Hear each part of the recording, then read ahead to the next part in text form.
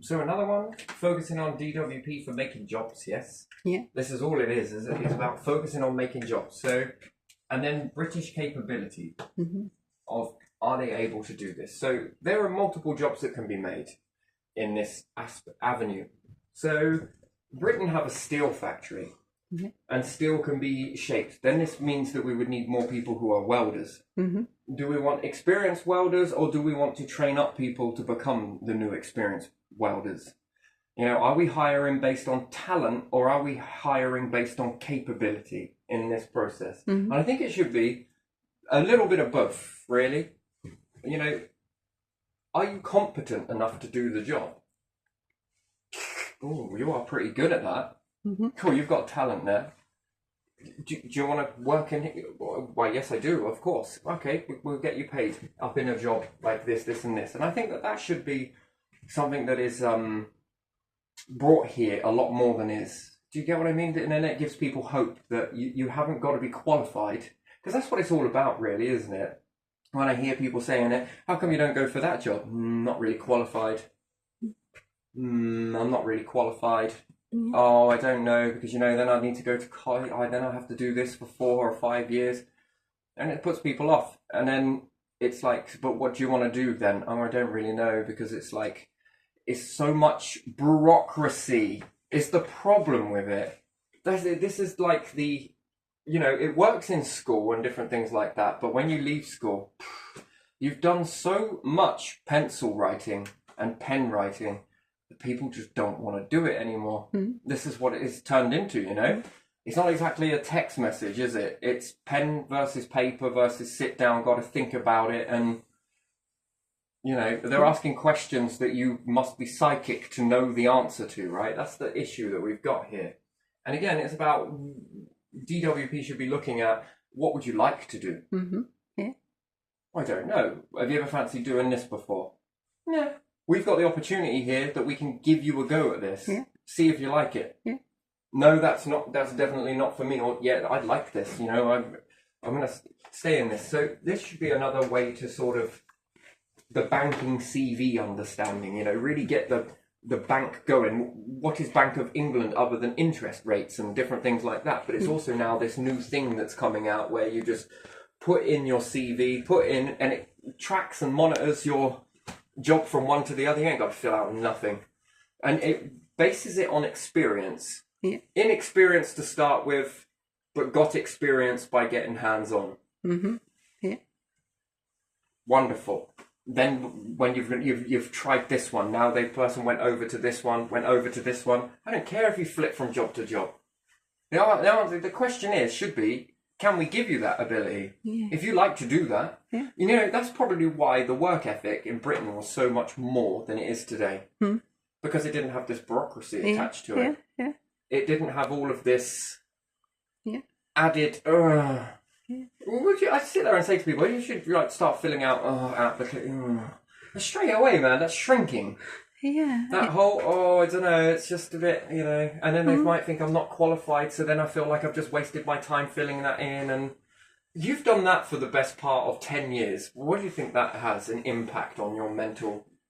There's no point. Hopelessness. Yeah, you fill something and then it's, why did you do that? And then you want another job and you have to fill the same stuff. You have to always fill your CV, write all the dates, everything you were doing, why you came, why you left, whatever. Why did you leave that employer? I'm not sure we're going to employ you. Well, why not? Because you jump from job to job. Yeah, because in this world, you are hired and you like this job because it's put you at a CEO position. So of course you like it. Yeah. You like the money, you like the rewards, you like the cars, you like the stuff that's coming with that. Yeah. But for everyday people, they're not liking it. Yeah. Clearly, the issue is they were not liking the job. They are trying to look for variety at least. So the work you have done versus what would you like to do? Yeah. What are your talents? Yeah. And then can we find you a job around your talents? Yeah. And in the hope, maybe, just thinking out the box here, although it didn't take much, is it because you're doing a job that you don't like? But if you were doing one that you did like, would you be more inclined to stay? Yes. If the pay was better, Yeah. Doing something that you love and you're getting paid for it. Now that has got to be a job. Yeah. That's got to be a dream job. Yeah. Find me anyone that loves doing what they do. I love going to work. And then when you break it apart with them, yeah, I don't really. I'd rather be doing this. Yeah. But you love doing that because you're grateful. That's what that is. And that's that British too proud, right? Too proud to ask for more. Too proud to do that. Too proud to be... No.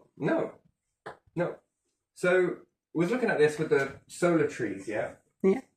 So we could look at climate, yes? Yeah. Is altering. Mm-hmm. So there would be a need for underground farms and different things like that. Britain already makes steel. Yeah. Steel can make solar trees and they can also make underground farms. Yeah. Again, if this was DWP coordinated, you've got many minds working pretty good, to be honest, to be able to start coordinating this in certain areas, to start rolling out different places that want to grab some steel, put it together in a framework, couple of piles in there, which is good for the builders for winter work. The building industry sort of sleeps during the winter. But if they were putting in solar trees, I'm pretty sure that they could utilize the piling to do this, and this keeps open construction work. Some construction work is seasonal. Most people don't know that. Then there's a choice. Save the money that you did earn and utilize that through the winter months, which it doesn't really work all that well. Or work here during the hotter months and then go elsewhere and work somewhere else. Yeah. You basically chase the sun. Over winter. Yeah. And there's just, sometimes it just sort of picks up and drops down, picks up and drops down. Yeah. So we want to utilize putting these in place when it drops down. Can we get piling rigs in? You can get many piling rigs, especially if you're using the tripod piling. Bit more pain in the ass, but it works. As opposed to the $750,000 to £1 million rigs plus concrete pump and back and forth with big cement trucks and different things like that. So as opposed to that, you can do it on a smaller scale, utilizing it's a bit more. But there are people out there that love doing it this way as opposed to the new machine way.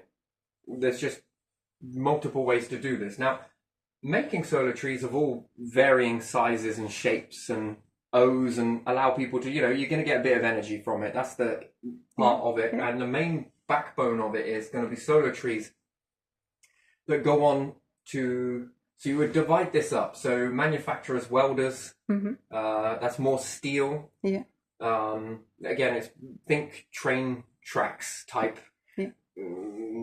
Flyover bridges, yes, the ones with where they bolt together. You would think of this on smaller scale, which is what it was. I think it was called Connex, with the screws and nuts with those metal rods. Just switch that with steel, and like the Ironworks bridge that was in Thetford has been taken down, and the one that you walk over on a train track. That process. So if you have a lot of steel frame being needed to be made, and the sort of T-bar versus foundational works versus piles in order to keep this stuff where it needs to be. And then the frameworks from the steel, but like the old ways that they were building skyscrapers, to be honest, where they didn't have their safety equipment and sort of, putting in the bolts and different things like that. Same structure, but think of it that goes underground. And then solar trees come later, but even still, with that in mind, you're going to need welders and you're going to need people to make this and utilize the steel that you've got. So one part of it to generate money is going to be solar trees. I'd buy one. I'd buy one. And then if you were to leave it in your house and buy another one because you might want it a different shape or whatnot, you can think about all the possibilities that you can utilize with this. Depending on how many peaks you've got at the top, mine was just symbology with 3. So you add the turbines, wind turbines on the top. And then you go from the structure, and you can either get smaller, bigger. You can do this any way you want, and then solar panels that line to make the leaves. Could you imagine getting those in leaf shapes? Can Britain make their own solar panels? That's another question. Can we make them transparent? Can we make them any color we want. Can we make them green? Can we make them whatever? And this is artwork, really. Yeah. You know, most people like trees Mm. until you then get the disruption underneath your foundations. Yeah. The roots start knackering the foundations. But the trees further away seem to be all right. You can limit where their roots go. You can make them go downwards if you put a barrier across. Mm-hmm. There's a bit more of a... you have to think about it before you develop a site. If you plan to keep a wood nearby, you can develop the site so that the roots can... Yeah, and pick the trees that go more down than sideways as well. Yeah. Their roots. There are different roots. It's a bit of hit and miss. Yeah. They're really good at absorbing water. Yeah. That's the thing, and they keep the soil nice and dry. So you're less likely to have a fungal attack if they're in the area as opposed to not, by the way. Anyway, but if these were put into the ground, you've got a nice seating arrangement. Okay, not great for birds, so there will need to be some sort of level of probably warding off the birds, which this can be done. Mm-hmm. And a few piles, just to hold them up to take the wind. Yeah. I mean, if these were on a rotation platform, that's next level. So that it follows the sun, it rotates, or you make it in such a way that it catches sunrise and sunset, depending on which way the orientation is. Yeah. And again, this gets out some really good engineers get going and different stuff like that. Again, no CEO and great rates of pay. This is what will make this work. Anyway, so this can be bought out by private, public parks, anything like that. And what can this do? This could make the park a little bit more interesting for the kids. Yeah. A little bit safe, but lots of nice lights. Think about it as Christmas as well. Very symbolic. You're not going to generate much power in the winter, but a few of these dotted around, it's going to take the edge off of it. And then it depends where you're resourcing your fuel from. This helps to cut down on the overall carbon footprint. Yeah. This, by and large, allow the people to combat net zero targets, or at least lowering the carbon footprint as a nation. You start building this, we've got something to sell to other nations. Wow, that's pretty cool. We hold the rights, we hold this or whatnot. We are now then exporting the utilization of steel, solar panels, different things like that, especially if we can begin to make this ourselves. Underneath the seat, you can have great battery storage units with good ventilation. Hopefully that won't get too hot, so shade it. It becomes a bench, battery storage, different things like that. Garden storage, if people have got these in their gardens. Yeah, it's expensive, don't get me wrong, but what about making a payment deal? And if people are getting good rates of pay at their jobs, they can afford this. Take it out bi-monthly. Does it really matter? I think that those flexible agreements shall be done, at the end of the day. If someone doesn't pay for it, then you don't take it when you leave the property that you're in. It's too big, it's too bulky, you'll need specialists to come and take it down anyway, so if you don't pay for it, it stays in the property and then off it goes, it becomes a sale point for the house. So you're generating 2 times the amount of energy, which is utilizing wind turbines, and it's also utilizing solar energy, so very nice. This brings some very interesting jobs. So it's big, so it needs to be put in a very careful way. But again, can these pins help to stabilize foundations near? I think they can. I think this can be utilized in a very beautiful way, to be honest. And then it moves over to the farm. So 2 different types of jobs. One that is part going out to other nations. Another one is it's going into your nation. And another one is it's being prepped for the solar farms, underground farms. You want it in this sort of structure to be strong enough. This would be the idea, that you can still operate a tractor on top, combine harvester. It would take the weight. It would take the weight of the soil layer on top as well. I'm not sure how this works for drainage, so if it needed for the top part of it to have a slight trough to hold on to more water. Yes, because it will be disconnected from the main source. You would want to be able to make this so that it can keep being built per time. So one particular pile, but this gets a bit more complex. So it has to be large to begin with, and it gets smaller and smaller and smaller each time, and the piles hold on to the others, hold on to the others. It's a bit like building a skyscraper, but each volume down supports the top. Yes? Yeah. And then again and again and again and again, and further down you go. And then how much of these, if you have a solar trees dotted around the outside in a certain positioning, much of my time spent when I was walking around farmland, and you would walk in between the areas where all the oak trees were, which are dying out left, right, and centre anyway. So there are sections, the fields are all put in sections. But with a quick calculation, if you put the trees in a certain position because they're sun-baked most of the time, it shouldn't interfere with the crops because the trees weren't. And if these were in certain positioning, so it's part and part, so it allows the light to go through, in between with real trees too, can look quite nice, depending on the spacing. There should be enough energy to, after all, you just want to power a light. If these lights didn't get too hot, that's very good. I can assure you that you don't need very much to grow things. Yes, there's infestation, so this will need to be panelled out in a correct way.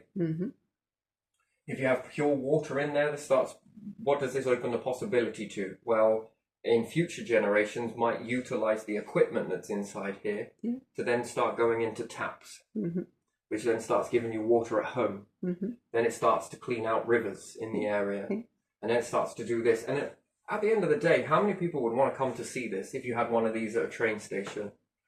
You know, just there as a statement. Could it power into, if you had these going and running along train tracks, which formulates onto the last video, periodically, could you send enough power to power your trains by electric? That's the question. You know, perhaps not in the winter, but you've just then damaged your net zero. You've just smashed into a record that when it's baking hot, one, your food is all growing underneath your farms. Because it'll be utilized with lights and different things like that. We're going to start to grow food. That's more food that then brings the prices down on food, which is wonderful. Maybe it makes it a bit expensive in the beginning, but maybe later on. This must never be privatized. None of this stuff should ever be privatized. It should stay in government ownership, and the next party comes in and develops more on top and on top and on top. If it privatizes, it will just crash. The monopoly system will be back to square one once again.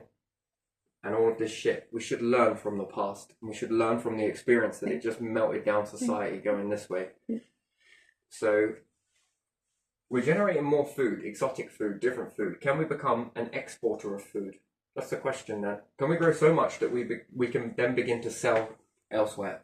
Can we bring up third world countries with this type of food? Because at the end of the day, wouldn't they become our allies? That's the question. And then more people, and then more prosperity, and then what more comes back later on? It's an investment into people, and it's an investment into infrastructure and different stuff like that.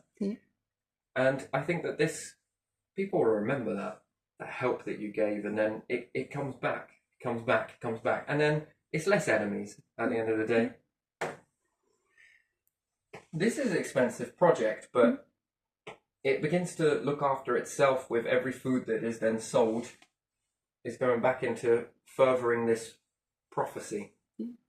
What other jobs can be made later on? What other ideas can be put into that pot that then come back, that then come back, that then come back, that then come back, and so on? Can this sort of trend keep going all the way till space? You could put the solar trees along the motorways. And then DWP gets paid a little bit, or whoever, public, for people who need to recharge, and they stop there and they take some of the energy because they go some long way. Well, in that instance, you would want to have one wheel on the road. The roads would have to be divided up into two. It is massive. It's I was playing around with this. This is why it works first with the trains to understand how that works. One track is plus, one track is minus. Unless people are standing on one track versus the other track, the spacing might need to be stretched a little bit to make it impossible for people to be able to stand on one versus the other. and then this would have to stop near crossings Yeah. for people's safety. Yeah. So people would have to go under the track, or people would have to go above the, probably not above, but under. Under. And if this stops, so the train builds up momentum, it's getting to a certain speed, Yeah. and then the solar trees stop charging into the track at a certain area, and the track is then disconnected, and it goes over to another track that's not got any current through it. The train's momentum will slow down whilst it goes across that, but then when it's past any safe zones.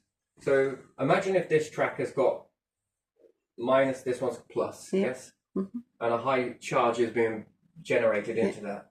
Then we're going to go across a road. It's disconnected from one that is,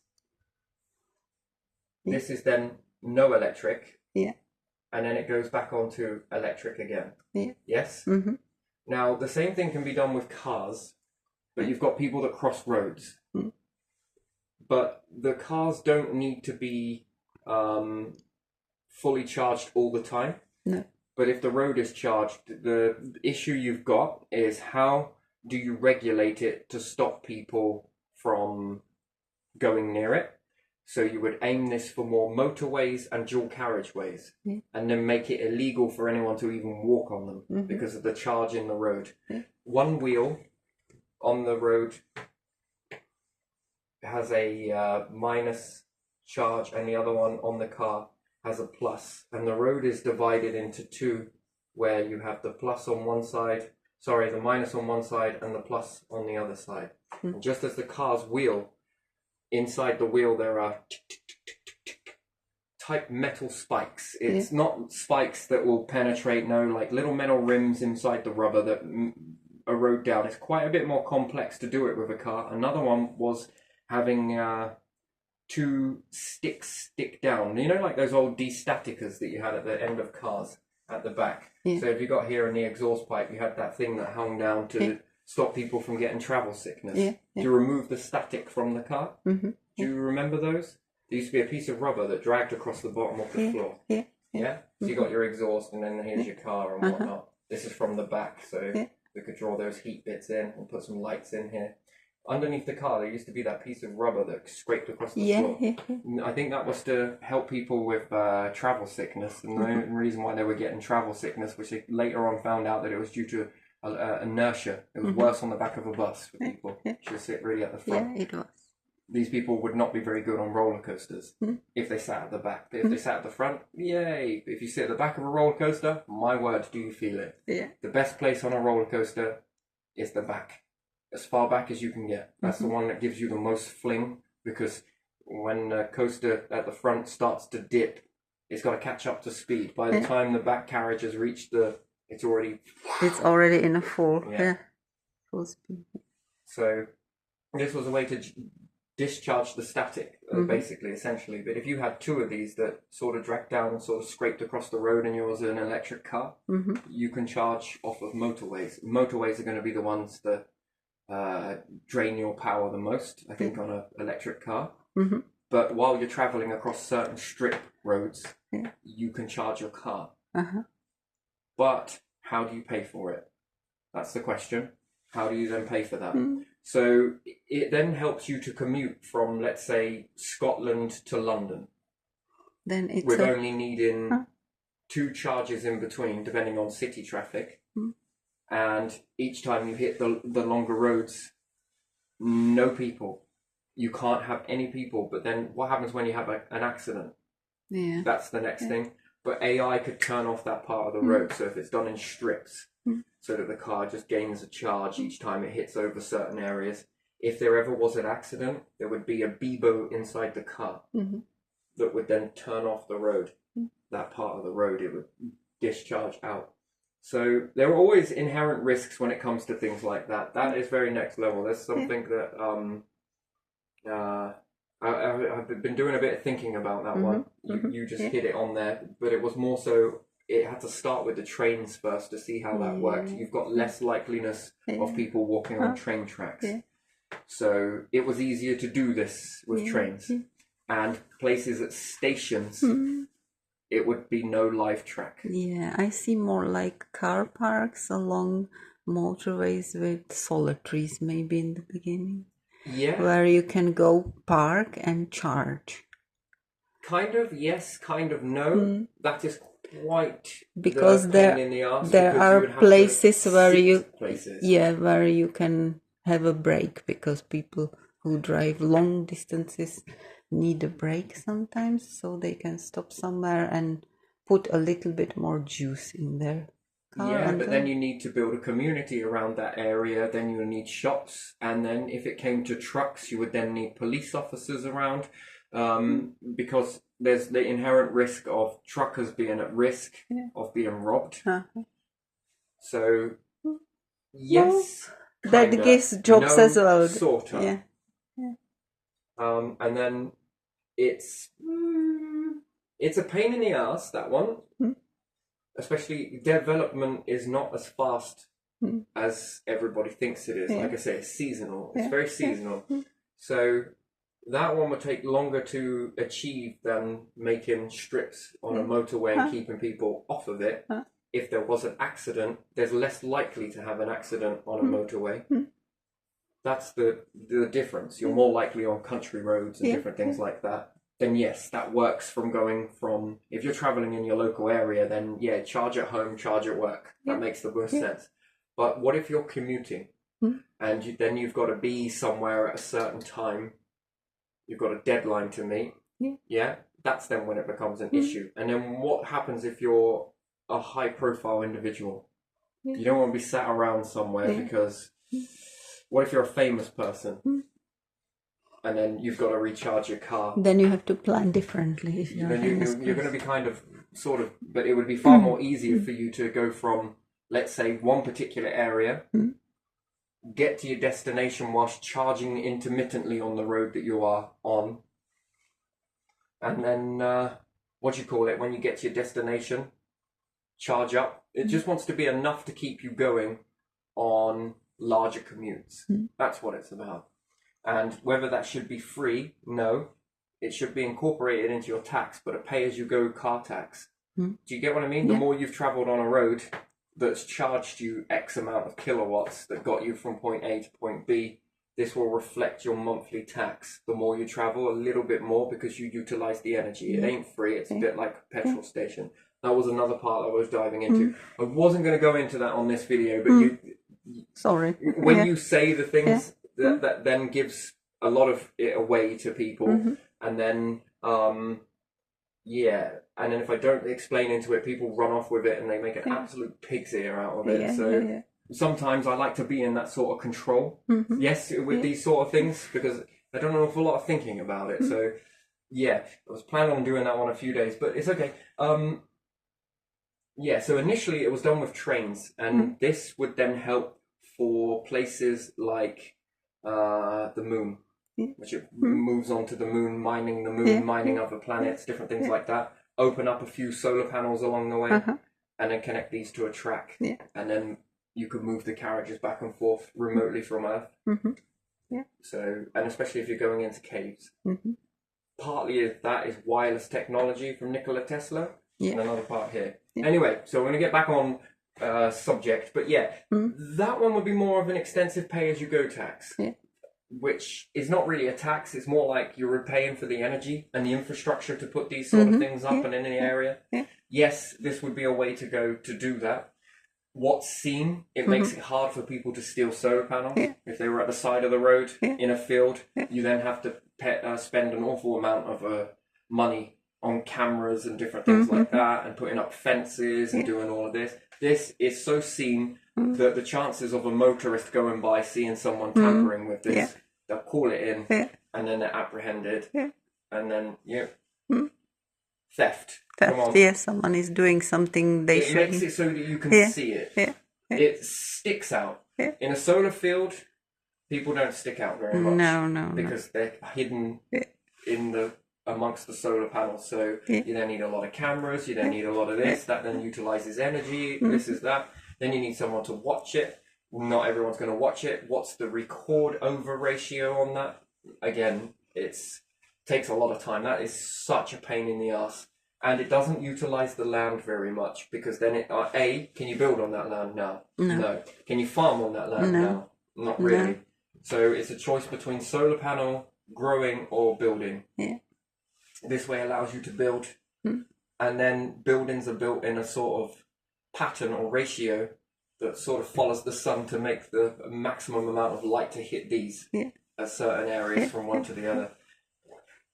But again, nuclear power, there's another way to go. Very expensive, very cost.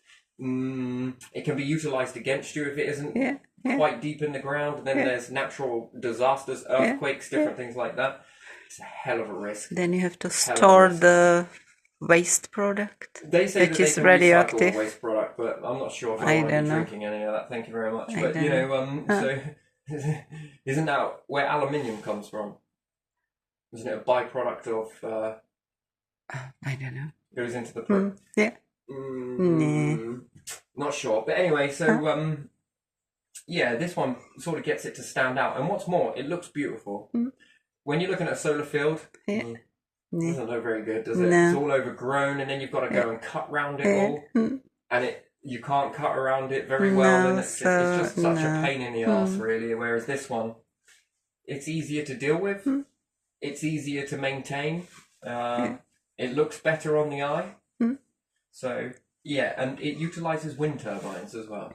So you get the sort of best of both worlds. I think about it, if this goes across around a field, like I was saying, I was around a lot of fields when I was growing up and walking the areas. The farmer was like, I don't mind you being on the land, don't walk on me crops. Yeah, that's fair enough. Can I walk on these bits? Have at it. Why, sure you can. And then we'd walk from, you could get many places just by keeping on the... Just around. on the sidelines. But I noticed these places were so bloody hot. Take a lot of water with you on those hikes, you know. It's a mission to get through it, but when you do, the trail starts to begin to show itself. But in that process, it was so hot, and it was always, and no matter where you were in those areas, you were always baked in light. So it just made sense, and most of them didn't have trees anyway, and the ones that did had oak trees, but they are all hollow trees. So the tree is dead. It just hasn't got the memo yet. So, meh.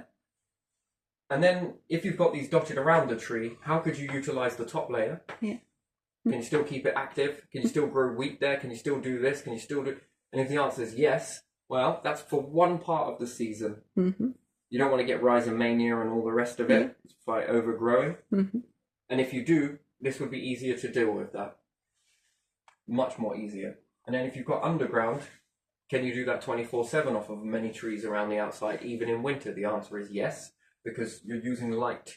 This light, if it generates the right amount of heat, you need two lights. One in the summer, so it doesn't get too hot, so a sort of cooler bulb. And in the winter, you want to utilize the heat off of a more powerful bulb. It doesn't require as much energy, not when we're talking solar panels and wind. This can trickle into a battery, so the fluctuations in the wind and also the fluctuations in... sunlight as well. It's a bit cloudy, but combined they make enough energy to power the lights that are underneath. Therefore the heat as well should be generated, so if it's well insulated as well. This then helps with house building, because the better the insulation in here, the better the insulation inside your houses. Therefore the less heat loss that you've got. And if it can be sort of in houses, it would be more like the summer, it would open up. And in the winter, it would go shut. A bit like some of those air vents that you've got that open up to let the air out and then close off. Think of sort of insulation that's a bit like this. So in the summer, you just hit over a mechanism in your house and all the ones in the wall sort of turn to open. You know, maybe. Or you keep it closed because it's too hot. You know, but if it's on a happy medium day, you just sort of let the air flow through. Nice. And you can stay nice and toasty in the winter as well. Without losing all of your... That's the idea, that this goes on to be more than just what it is. It helps us to better the process of solar panels, wind turbines. It stops people from feeding them. They look nice. It's not an eyesore in the countryside. It looks really, really nice. And then you've got food growing, as opposed to, I don't know, if you think about it, the field is only using like 1% No, it's not that much. It's probably more like 25%. Mm-hmm. It can be utilized. If you overdo it, you get rhizomania, you get this, you get issues. Can grow pigs on the top, have pigs on top. Because again, their nutrition goes into the soil. That's a great way to get rid of rhizomania. Yeah. You need a few seasons of pig. Mm-hmm. They're just them being the way they are. They put back nutrients into the soil, and then it should eventually begin to stop rhizomania. You need to control rhizomania because even in the wind, it blows it to another field, and this can continue. And then that's not good for farmers. So, in the event, you can have pigs on top. You for the have rest to of the year. swap what's on the field. Part pigs, and then move them onto another one whilst you're growing the crops on this one. After utilising sugar beets, I think they're more wintry, aren't they? Perhaps certain maize is a bit more towards the winter end of season. So anyway, with this sort of exchanging crops and moving cattle on top, and I mean they seem quite happy in that as well. The pigs, the ones that we've been around, I've taken you to a few. They seem pretty damn happy in that. Yeah, they are. So even the ones that escape seem to want to get back in. Better than shut in the big, big houses. So. Oh, they love it, and they absolutely when it pisses it down with rain, and it's all turning into mud, and they are in puddles. Yeah. So I think that works, and that helps with farmer, and then it helps a little bit on the mindset, doesn't it? Yeah. So then you're growing food underneath. Yeah. Plus you're generating energy, so you're utilizing 100% of that land. Yeah. And then even layers below it. So, is it possible if it gets too cold you can grow things underneath? When it comes to cattle, probably not, but when it comes to other food, maybe. If it gets too cold, and we're talking really cold, then the cattle would be seen to probably be better off being sheltered. This is another avenue. This can be broken down into many, many sections. What's more is if it rains a lot, can we allow the water to find a way to go down? That's another thing. Yeah. We want the water to be able to go away. Yeah. So again, how far do you need to dig in order before you get to a bit more? And again, piles can help you with this because it allows that movement layer. If you're in sands, if you're in this, piling works on sand. It's great. Best foundations ever. And and it sort of stilts. And can we keep the volume underneath where it's completely waterproof? This thing can be completely submerged in water. Yeah. No, that would be the idea of this, that it can be completely submerged in water and still function. Without it destroying it, without it getting into the electrics, without it getting into the system itself. Yeah. Because then that's flood defences as well. That's something that also needs to be thought out. Start on hills and work your way around that. Water tends to find the lowest point anyway, so if this was built on a hill, just a little bit more. There's a bit more, I think, it should start on areas that are a bit more taller as opposed to in valleys, let's say. But even still, this is a good way to utilise the land. Anyway, I'm going to leave this one here because, again, I think that if the DWP were like, right, we can get the steel from over here, we can use the trains to move the steel to certain areas, communities. Can this make jobs? Yes. Can this bring better paid jobs? That's the next question, and the answer is yes, because there's no CEO. Okay, so yes, this is some of these I've said about you could utilise this for prisoners and different stuff like that. Again, it's another avenue. In order to make these worldwide and national, it's going to need to be everyone sort of doing their bit. And again, if you can get this through the DWP to find the work, linked in with the bank account and everything else, it doesn't matter whether you've ever done this before, you can learn this. Learn as you go. And as you begin to go, you never know, you might find something that you love. No application process, sort of just, there it is. Did you want to go and try some of this? Yes, I do. The pay is this much. Well, how much? The pay is this much. You might need to sit down. Did you just win the lottery? No CEO approach. What's more, if we then start to sell these worldwide, there's more work. Solar tree, it doesn't have to be a tree. Think about it. It could be logos, solar logos. You know, different logos, different things like that. But again, if you're a small company, it probably won't work terribly well for you. But if you are. If you're limited space and you know the pub that we've got that is here, Yeah. is it? I can't remember what it's called now. The one where you walk through the alleyway, opposite Old Money Lettings. There's that pub, Queens. No, No, there's the Heart. the Heart. Yeah. You know that bit at the back White there. Heart. Yeah. Could you imagine a solar tree sitting out the back there? Mm. Again, you might not be able to build on a listed building with solar panels, but nothing would stop you doing it in the back there where you've got all of the pub garden. Yeah, behind it. Yeah. You can put it there. And then you're beginning. This will take the burden off of pubs. Most pubs are in very beautiful buildings, and that's I'm not going to lie on that. And the problem is with it, whereas everything is rising up in price, the problem is with pubs, they can't put solar panels on top. Yeah. That's the issue. And therefore, they're not really able to keep going with the cost rising. Yeah. They need an awful lot of equipment to cool down different stuff like that. Yeah. Perhaps if they're going to be making carvery and different things like that, foods and whatnot. Again, that's very energy intensive. It's hungry on energy. And what can they really do about it? So modern buildings, I don't know really if they really work for a pub. It's the nice old building. It's become a sort of statement here in the United Kingdom. And it's those new sports bars that sort of open, but I don't know if they do terribly well. It just doesn't have the right theme to it. Yeah. In my opinion, it's not the theme, but you see, and it would be a shame to lose all of those because they do look after those older buildings. So a few solar trees in the back there. Yeah. You can, I think you'd get planning permission for that. Yeah. That would give you planning permission. The building? No. But just past the building, and what's more, if you get it put on piles, you are supporting the building. Supporting, yeah. And then you've got the Green Dragon as well. Yeah. That bit has a garden out the back. Where you put that, well, it's got to be a good location. If you've got a 900-year-old abbey, do you really think the roof is going to look great with solar panels on top? No. Do you really think you'd get the planning permission for it? No.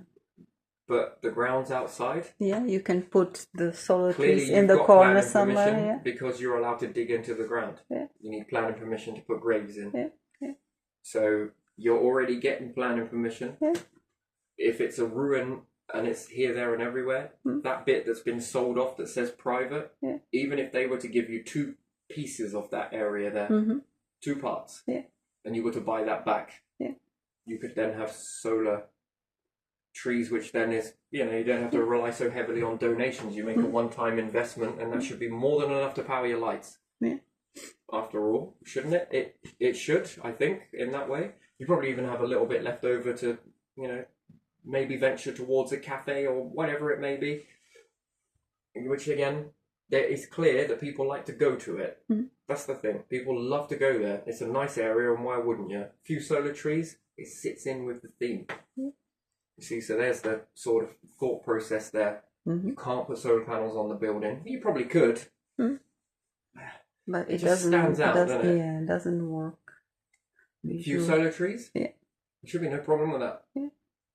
And then maybe you can generate just a little bit extra money that you can then start putting it onto the grid. The grid's going to give you back some money. And what does that look like for your roof?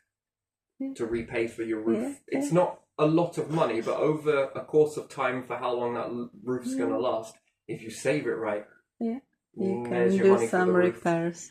Yeah.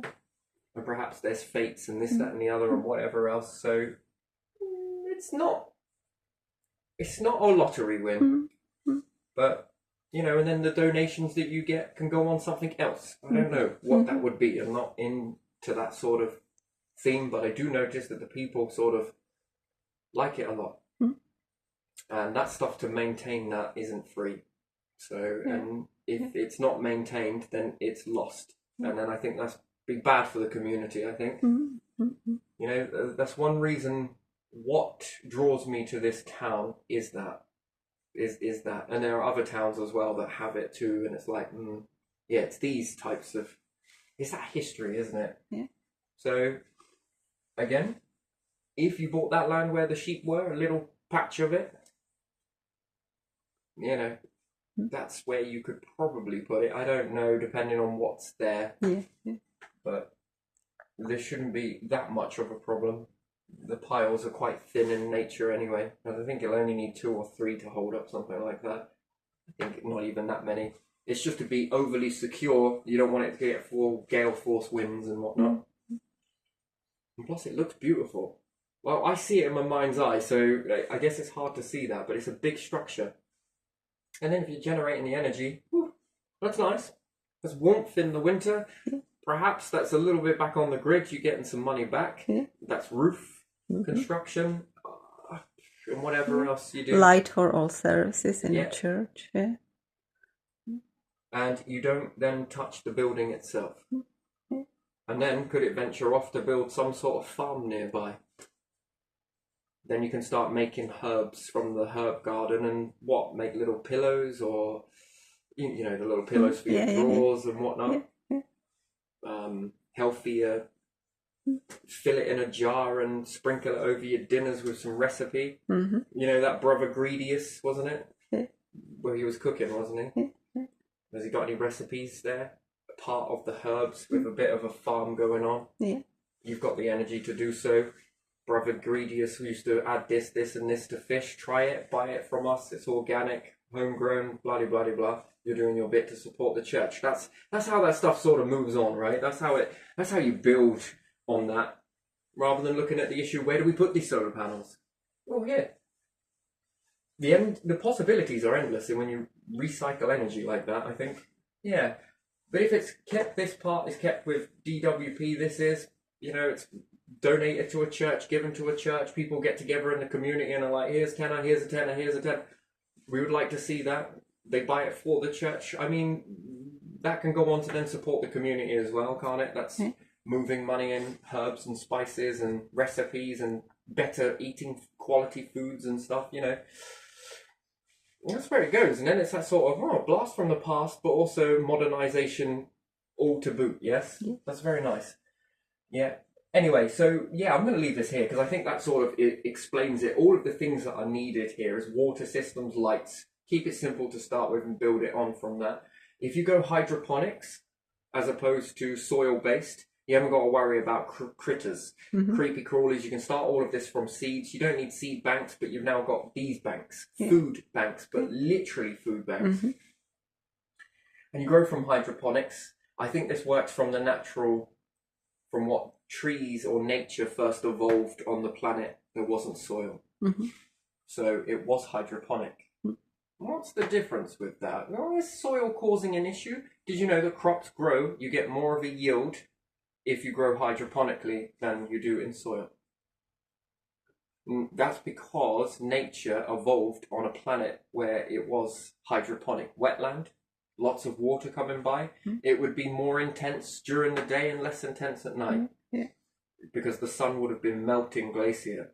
So therefore, during the day, there would have been more of a torrent. This causes the water to increase, like mangroves, just without salt water. Is that salt water? I'm not sure.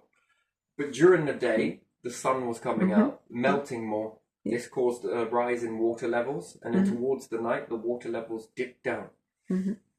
So that was just by and large because it wasn't as hot at night. And then the sun came up again, and then this rise, fall, rise, fall, rise, fall. And that's how plants probably adapted, and then they started dropping soil, and now they've made soil. That's how calculated they are. Nature seems to know that if they didn't drop their leaves, so they probably weren't dropping their leaves to start with, but if they didn't drop their leaves, they wouldn't be here now. So they calculated the environment. That's pretty impressive, right? Yeah, it is.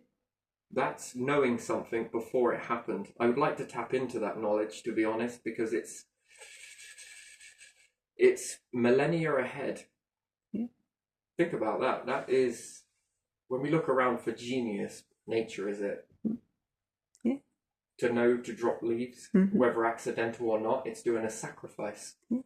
Drop the leaves, it's beginning to make a soil. Why did you start making the soil? Because you knew this wasn't going to last forever. Now, where did you learn that? So have you been around for 2 ice ages to know that?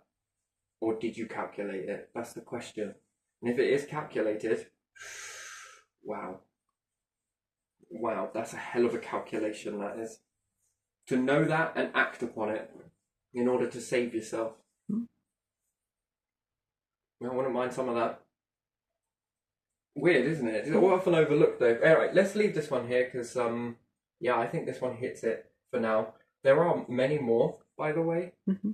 and I think that if individuals in the United Kingdom are looking at your nation and thinking, "Guys, going to shit," maybe take a leaf out of my book. Speaking of nature in this way, have you got any ideas that you can give over that then lets everybody in that niche receive a decent wage, forego the CEO? You know, and should you be entitled to a bit more money? That's the question. Can you let go of that growth ratio for a smaller amount, but a comfortable enough one?